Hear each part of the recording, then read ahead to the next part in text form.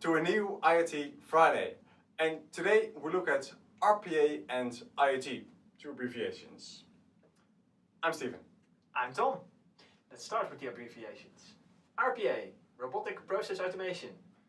IoT, I think we know that, Internet of Things, but it's good to say it, to mention this. So what is Robotic Process Automation about? Yeah, good to start with the definition, so we are all on the same page here. Robotic Process Automation helps you to automate all the steps in a process flow, basically. And this could be only IT related. We see this happening a lot in office automation environments, where you have to write down stuff on a piece of paper that gets transferred to a system and does some things and then gets back and maybe sends a letter to you. Or you have a process and you want to combine different steps from different legacy or non-legacy systems that are not normally connected. So you can have a robotic part, software part, look up something from one system and then input that to the other system indeed to fill out a form. Let's look at an insurance form, for instance, or make sure that an order gets processed through different systems. True, yeah. So you want to enrich some kind of data from other systems and put it together in one place. And Robotic Process Automation can help you there. There are tools, there's software out there that can interface with different systems, whether it be an API that's clearly defined, or it could be, I don't know, maybe a GUI only that you have on screen. So. And that's often what RPA systems are used for, because there's not a clear API. Otherwise you can have, let's say, your IT department integrate them. Exactly. It could be there, but it's often not the case.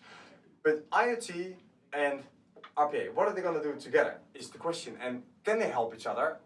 And are they involvable? So why would you want this? So it's a good question that Rashid asked us on one of the comments that we got from our IT videos, IT Friday videos.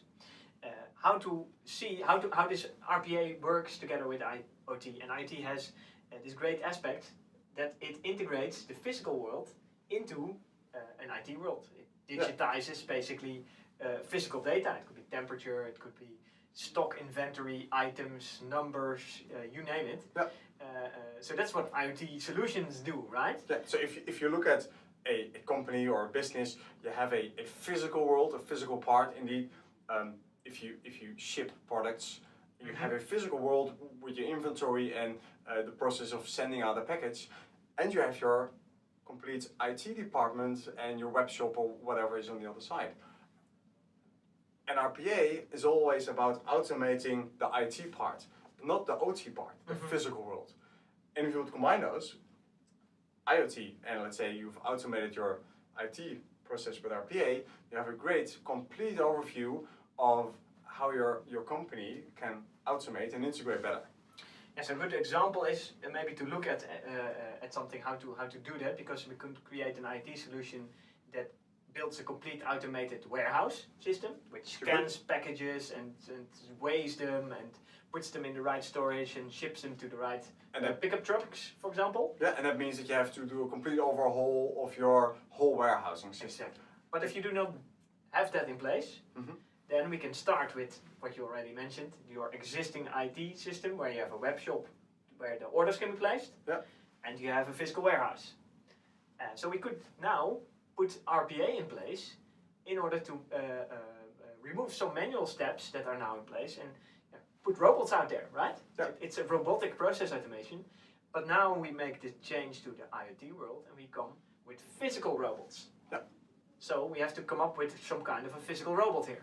But that can be a camera, that can be indeed a scanner that someone uses, or a scanner that scans something. But it can also be, let's say, a robot or a camera that's on two wheels that runs around through your warehouse and checks the inventory, or checks if there's a package, sees if an alarm goes off, for a system that is normally not connected. So there are a lot of industries that have systems that are there for 20 years, that are simply not connected. And this helps you to connect those two. That can be to connect it and read it out and put it back in the system, or to control a step and make something happen in your stock inventory, for instance. So it's a great transition phase to come from your old, not connected world and bring it towards an full-blown IT solution, where the full-blown IT solution here would be the overhaul of your warehouse with all the cameras, sensors, actors, everything.